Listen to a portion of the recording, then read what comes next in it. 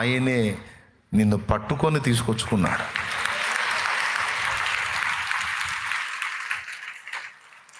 ఆయనే మనల్ని వెంటాడాడు. ఎందుకంటే ఆయన మాటను బట్టి అడిగేశాం కదా. ఆయన మాట యందు విశ్వాసం నుంచి అడిగేశాం కదా. అక్కడ బందీ అయిపోయాడు. మనుషులంగా మనమే మనల్ని నమ్మి ఎవడన్నా వస్తే మనం ఏమంటాం, అరే నన్ను నమ్మొచ్చాడు ఊరుకోరా, నన్ను నమ్మొచ్చింది ఏమైనా కానీ అంటాం కదా.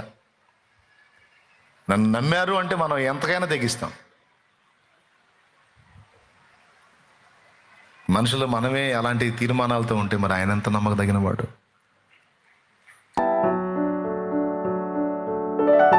రక్షణలోనికి అడిగేశాను, అంతే నడిపించాడు. సేవలోకి అడిగేశాను, నాటి నుంచి నేటి వరకు 18 నిండు సంవత్సరాలు చెయ్యి వదలకుండా నడిపిస్తానే ఉన్నాడు ఆయన.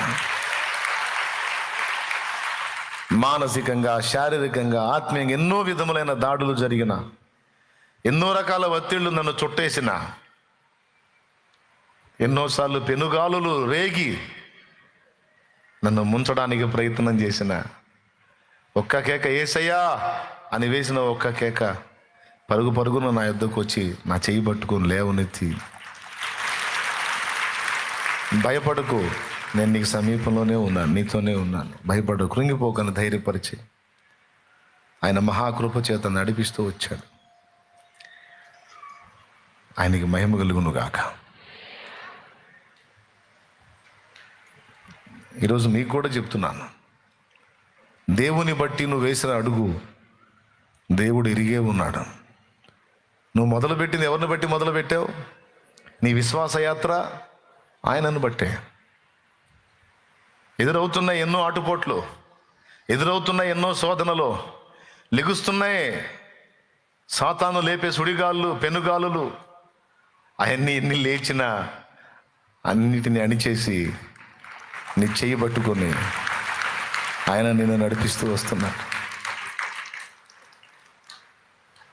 ఎంత మంచి విషయం అండి అది. ఎందుకు రాయించాడు గ్రంథంలో తెలుసా? నా మాట విని ఒకడు తన యాత్ర మొదలు పెడితే గమ్యం చేర్చే బాధ్యత నాది. ఇక డౌట్ అవసరంలా. ఈ ఒక్క మాట మీద కళ్ళు మూసుకొని బతకొచ్చు అంత స్పష్టంగా మనం గ్రహించవచ్చు. నా తండ్రి నాకు తోడై ఉన్నాడని.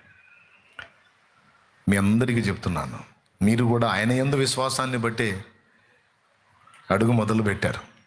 కొన్ని ఎదురవుతున్నాయి, ఎదురవ్వకుండా ఎట్టుంటాయి? విశ్వాసనావసాగుచు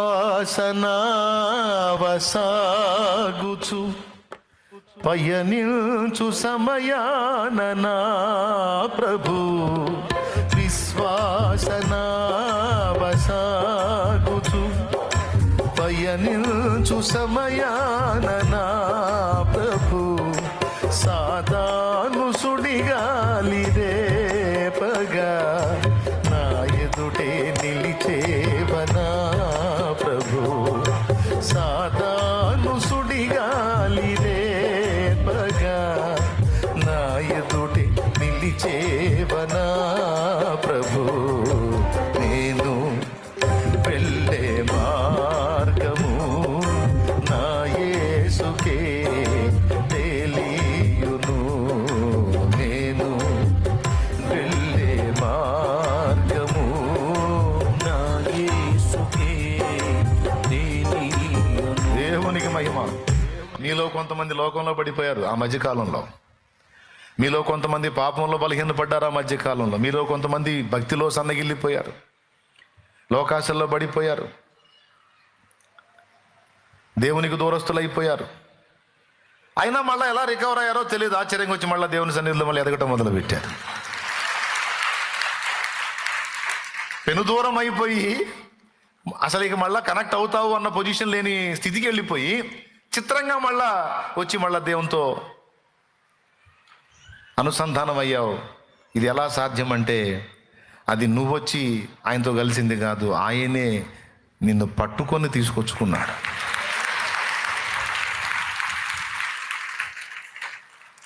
ఆయనే మనల్ని వెంటాడాడు. ఎందుకంటే ఆయన మాటను బట్టి అడిగేశాం కదా. ఆయన మాట యందు విశ్వాసం నుంచి అడుగేశాం కదా, అక్కడ బందీ అయిపోయాడు. మనుషులంగా మనమే మనల్ని నమ్మి ఎవడన్నా వస్తే మనం ఏమంటాం, అరే నన్ను నమ్మి వచ్చాడు ఊరుకోరా, నన్ను నమ్మి వచ్చింది ఏమైనా కానీ అంటాం కదా. నన్ను నమ్మారు అంటే మనం ఎంతకైనా తెగిస్తాం. మనుషులు మనమే అలాంటి తీర్మానాలతో ఉంటే మరి ఆయన ఎంత నమ్మకదగిన వాడు, ఆయన ఇంకెంత పర్ఫెక్ట్గా ఉంటాడు ఊహించండి. అందుకే యేసుతో మన ప్రయాణం నీళ్ళ మీద నడకలాగానే ఉంది. ఏమాత్రం అడుగులు బ్యాలెన్స్ మిస్ అయినా మునిగిపోవటమే, నీళ్ళ మీద నడకే. కానీ ఇంతవరకు జరగల మునక, జరుగుతుంది నీళ్ళ మీద నడకే కానీ ఇంతవరకు జరగల మునక. ఎందుకు? ఆయన ఉన్నాడు.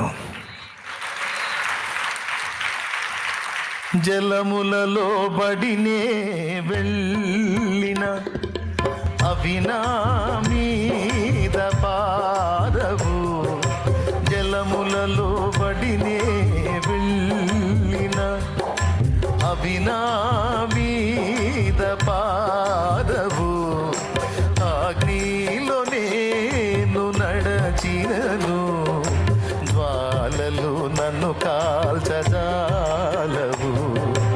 అగ్నిలో నేను నడచినను జ్వాలలు నన్ను కాల్చజాలవు, నేను వెళ్ళే మార్గము నా యేసుకే తెలియును, నేను వెళ్ళే మార్గము నా యేసుకే తెలియును.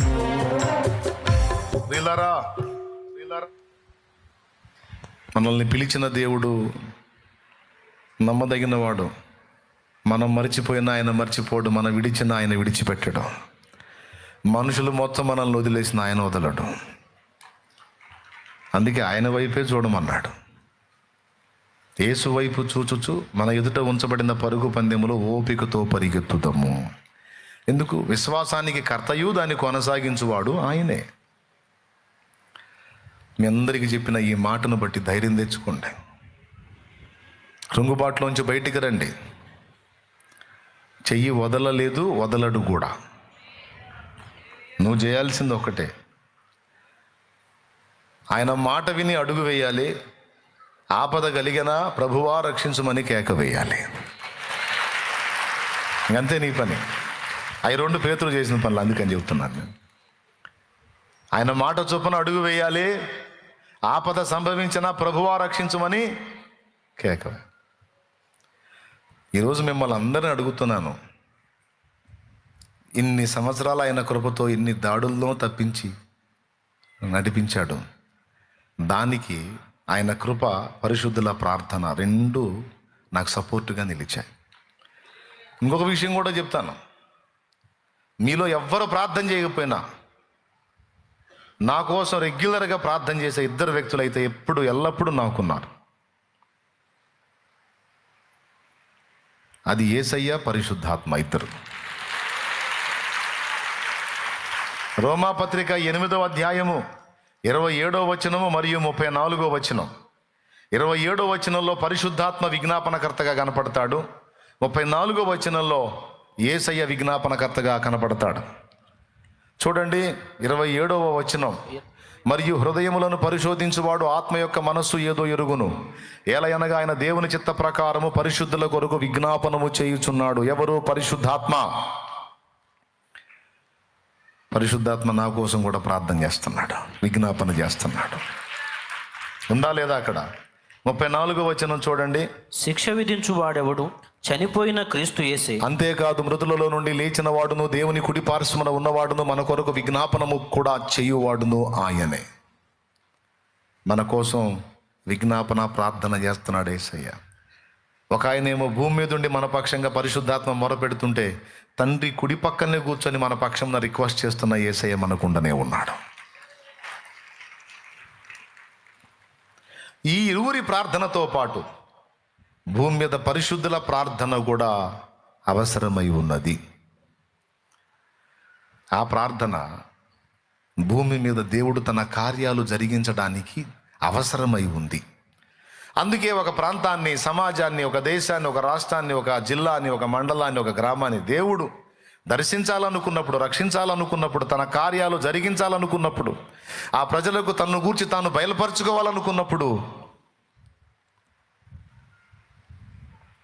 కొంతమంది వ్యక్తులను ఏర్పరచుకుంటాడు. అలా ఏర్పరిచే వాళ్ళలో ఒకళ్ళు ప్రకటించేవాళ్ళు, రెండు ప్రార్థించేవాళ్ళు, మూడవది పరిచర్య చేసేవాళ్ళు.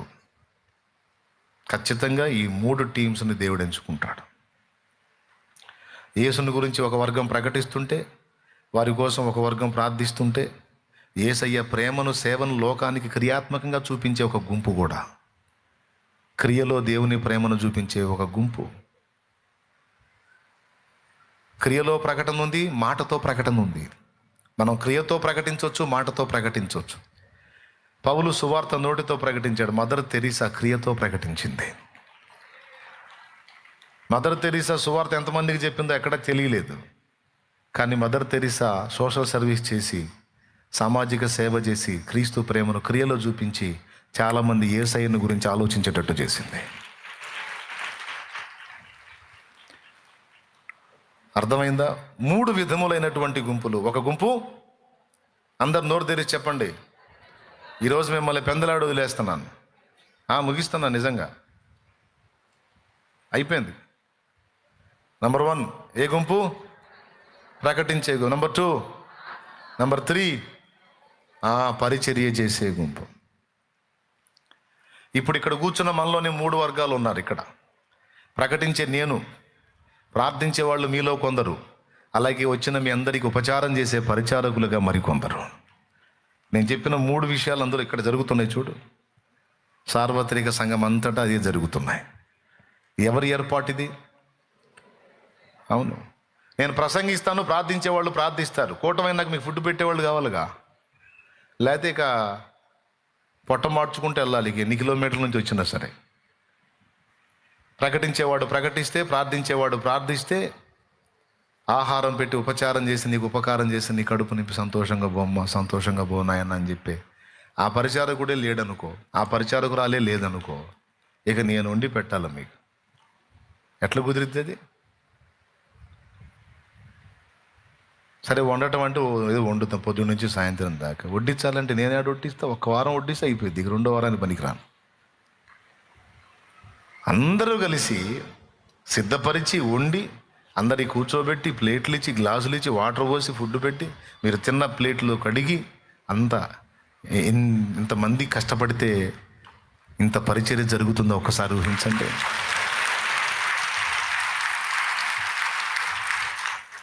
అవునా? అంటే ఒక ఉజ్జీవాన్ని దేవుడు చూడాలనుకున్నప్పుడు, నాంది పలకాలనుకున్నప్పుడు, దేవుడు అనేక ఆత్మని రక్షణలో నడిపించాలనుకున్నప్పుడు ఖచ్చితంగా కొంతమందిని ఏర్పరచుకుంటాడు. అలా ఏర్పాట్లో ఉన్నాళ్ళు మీరందరూ కూడాను. మిమ్మల్ని గురించి మీరు ఎప్పుడు కూడా చిన్నతనంగా అనుకోవద్దు. దేవుడు నాకు తోడు చేసిన వాళ్ళందరూ కూడా దేవుని ఏర్పాట్లో ఉన్నవాళ్లే. ఆ ప్లాన్లో, ఆ ప్రణాళికలు ఉన్నవాళ్లే. వాళ్ళు ఏ మూల ఉన్నా, ఏ ఊర్లో ఉన్నా, ఏ రాష్ట్రంలో, ఏ జిల్లాలో ఉన్నా వచ్చి నాకు లింక్ అవుతారు. ఆ ఏర్పాట్లో వేరుగా ఉంటే, వేరే ఏర్పాట్లో ఉంటే నా దగ్గర కలవరు. వాళ్ళకి దగ్గర కలుస్తారు. నేను చేసే ఈ ప్రయాణంలో, నేను చేసేటువంటి ఈ పోరాటంలో, నేను చేసే ఈ పరిచర్యలో నాతో కూడా కలిసి ఈ పరిచర్యలో పాలిభాగస్తులుగా ఎవరిని దేవుడు ఎంపిక చేశాడో వారు మాత్రమే వచ్చి నాతో కలుస్తారు. వాళ్ళు ఏ దేశంలో ఉన్నా, ఏ రాష్ట్రంలో ఉన్నా, ఏ ప్రదేశంలో ఎక్కడున్నా సరే వాళ్ళే నాతో అనుసంధానం కాగలుగుతారు. అందరూ కాలేరు. కాబట్టి మీ అందరూ కూడా అలాగే దేవుని కృపలో, ప్రణాళికలో ఉన్నారు కనుక ఈ 3 విధములైన పరిచర్యలోకి నీవు ప్రవేశించాలి. ఇందులో ఏదో ఒక పాత్ర నువ్వు తీసుకోవాలి. సాదాసీదాగా, సాధారణంగా పైన నువ్వు ఉండొద్దు. సంవత్సరాలు గడిచిపోతున్నాయి, కాలం ముంచుకొస్తుంది, అయిపోతుంది టైం. ఒక ఆర్డినరీ విశ్వాసిలాగా నువ్వు ఉండొద్దు. మరి ఎలా ఉండాలి? నేను చెప్పిన 3 విధులలో దేనిలో ఒక దానిలోకి నీవు ప్రవేశించాలి. దేవుని సేవ చేయాలి. ఇక నువ్వు ఎదుర్కొంటున్న శోధనలు, బాధలు, ఇరుకులు, ఇబ్బందులు, కష్టాలు, కన్నీళ్లు, నిందలు, అవమానాలు, వ్యాధులు, శోధనలు అంటావా? మరి యుద్ధ భూమిలో ఉన్నప్పుడు పోరాటం అనేది లేకుండా ఉంటే గెలుపోటముల ప్రస్తావన లేదు, బహుమానాల విషయమే లేదు. ఏమంటావు? ఇప్పుడు పోరాటంలో అనేది దిగినప్పుడు కొన్ని ఆటుపోట్లు ఎదురైతేనేగా. ఏ పోరాటం లేదు, ఏ ఒత్తిడి లేదు, ఏ ఇబ్బంది లేదంటే నీకు మెప్పు లేదు, మహిమ లేదు, ఘనత లేదు, గౌరవం లేదు, బహుమానం లేదు, కిరీటం లేదు.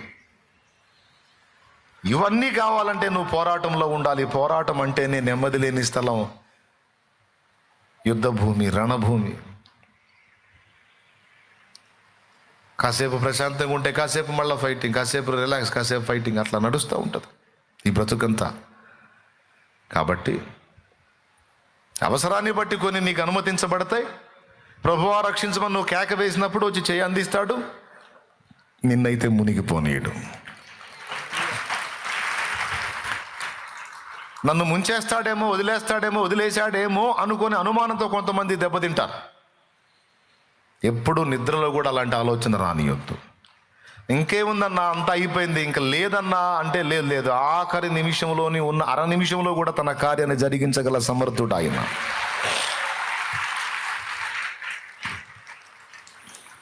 లేకపోతే నీకు కలిగిన నష్టాన్ని కూడా నీకు రెండింతల లాభంగా మార్చగల దేవుడు అని గుర్తెరిగి ధైర్యం తెచ్చుకొని ప్రభు మార్గంలో ముందుకు సాగు. ఈ 3 విధములైన పరిచర్యల్లో దేనిలో ఒక దానిలోకి నువ్వు ఇన్వాల్వ్ అవ్వు. నీకు ప్రకటనాసక్తి ఉందా? అట్లయితే దేవుని వాక్యాన్ని ధ్యానించు. నిజంగా ప్రకటించటం అనేది నీ పట్ల దేవునికి ఉన్న ప్రణాళిక అయితే ఇక నీ నోరు మూతపడదు. నిన్ను ఆపటం ఎవడ వల్ల కాదు. సమయము లేకుండా ప్రకటిస్తానే ఉంటావు. అది దేవుడు నీకు ఇచ్చిన భారం. పక్కన వాళ్ళు కూడా అంటారు, ఎప్పుడు ఊరకు వాగుతూ ఉంటాం, ఎందుకంటే యేసయ్యని గురించి వాగకుండా మరి దేని గురించి వాగాలి? అసలు వాగాల్సిందే ఈయన గురించి. అందుకే కదా నోరిచ్చింది. యేసయ్య గురించి మాట్లాడాలి. మాట్లాడతాను నేనంతే, మాట్లాడతాను. అలాగే ప్రార్థన.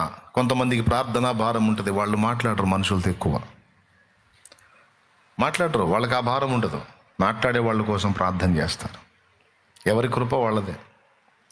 3వ బ్యాచ్ ఉన్నారు, వీళ్ళు ప్రకటించరు, ప్రార్థించరు. మరి ఏం చేస్తారంటే పరిచర్య చేస్తారు. వీళ్ళకి దీని మీద ఆసక్తి. 3 సేవకులే. 3లో ఏ ఒక్కరు తమ పని విరమించుకున్నా దేవుని పని కుంటుపడుతుంది.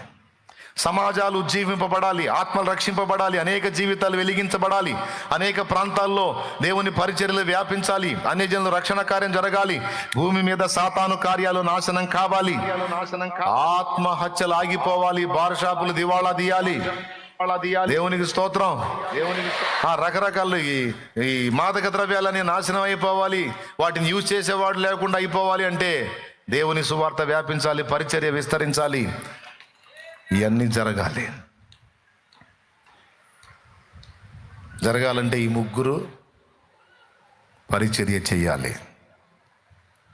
అందులో ఏదో ఒక గుంపులో నువ్వు ఖచ్చితంగా ఉండాలి.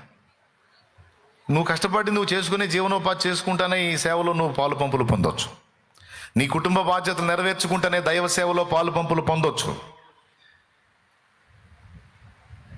కానీ గుర్తుపెట్టుకో, మిగిలిన వాటి కోసం నువ్వు కేటాయించే టైం రాయబడదు. కానీ దేవుని నిమిత్తం నువ్వు నేను మనం కేటాయించే టైం, చేసే పని, చేసే సేవ, ఇచ్చే ధనం సమస్తం కూడా గ్రంథస్థం చేయబడింది.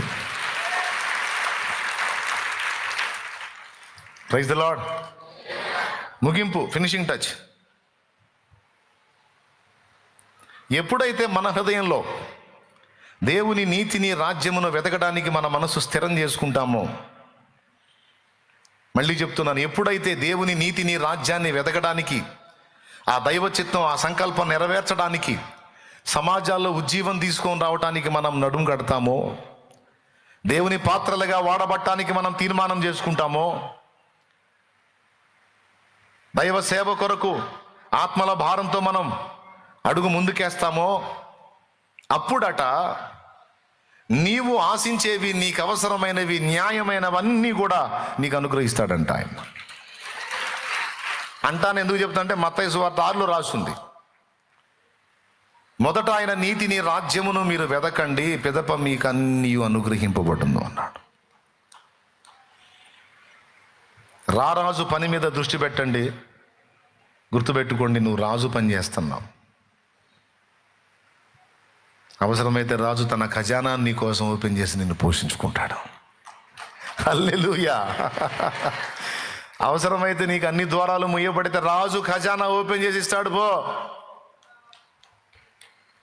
ఆయనే చూస్తాడు.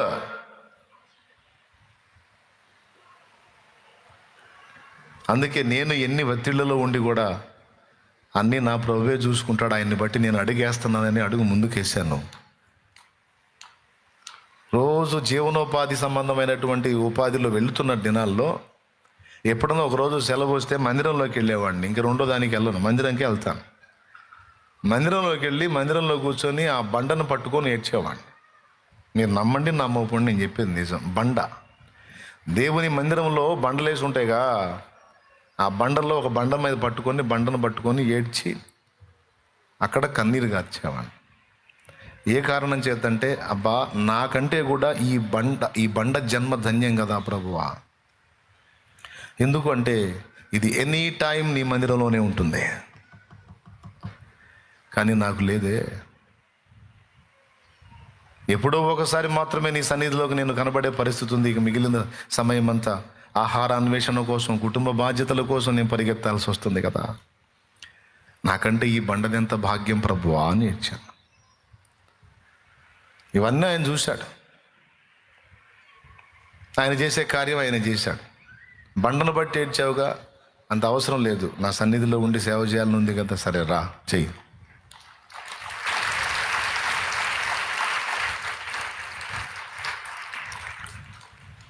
ఆయన సన్నిధిలో, ఆయన మందిరంలో నాటబడిన అనుభవంలో ఇక ఈ జీవితం అంతా ఈ 18-19 సంవత్సరాలుగా ఆయన సన్నిధిలోనే నా బ్రతుకు కొనసాగేటట్టు చేశాడు. మీలో ఎంతమంది దేవుణ్ణి ప్రేమిస్తున్నారో, అలా ఎంతమంది ఆశిస్తున్నారో నాకైతే తెలియదు, కానీ అది న్యాయమైన ఆశ. తప్పకుండా అది నీ హృదయ ఆశ అయితే తీరుస్తాడు నా దేవుడు. ఆ ఫ్యాన్లు ఆగిపోయినాయి, వాళ్ళు ఏం మరి ఎందుకో చూడలేదు. అయ్యా తిరుగుతాయా? ఒక్కొక్కటి అమ్మ వస్తుందిలేమ్మా, కాస్త ఓపిక పట్టు. 2 నిమిషాలు గాలి ఆగిపోయేసరికి మీ మొఖాలు చూడాచి కావట్లేదు.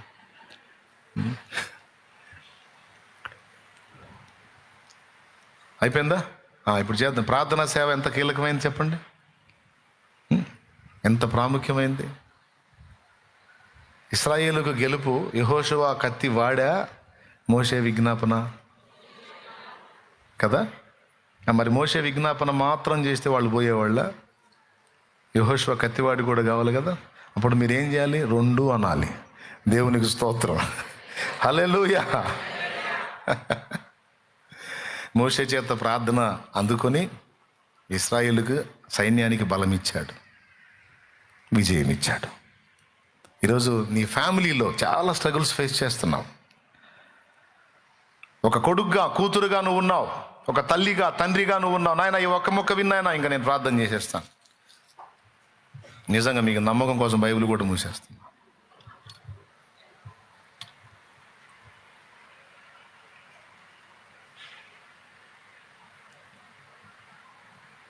పరిచర్య చేసేవాళ్ళు ప్రార్థన చేయకపోతే సాతాను చేతికి చిక్కే అవకాశం ఉంటుంది కదా, వారు కూడా ప్రార్థన చేయాలని. వ్యక్తిగత ప్రార్థన వేరురా తల్లి, మీరు మళ్ళీ అటుపోయారు. అందుకే నేను ఒక్కొక్కటి వర్ణించి చెబుతుంటాను. ఇప్పుడు ప్రకటించేవాడు ప్రార్థన చేసుకుంటాడు, మళ్ళీ ప్రార్థనా సేవ చేసేవాళ్ళు ప్రార్థన చేసుకుంటారు, పరిచర్య చేసేవాళ్ళు కూడా ప్రార్థన చేసుకుంటారు. వ్యక్తిగత ప్రార్థన అది. వ్యక్తిగత ప్రార్థనలు అందరూ విశ్వాసులు కూడా చేసుకుంటారు. అసలు ప్రార్థించని ప్రార్థనా సేవలో కానీ, ప్రకటించే సేవలో కానీ, పరిచర్య సేవలో కానీ, ఈ మూడింట్లో లేని సామాన్య విశ్వాసులు సైతం ప్రార్థించుకుంటారు. అది పర్సనల్, అది లేకపోతే దెబ్బతింటాం కదా.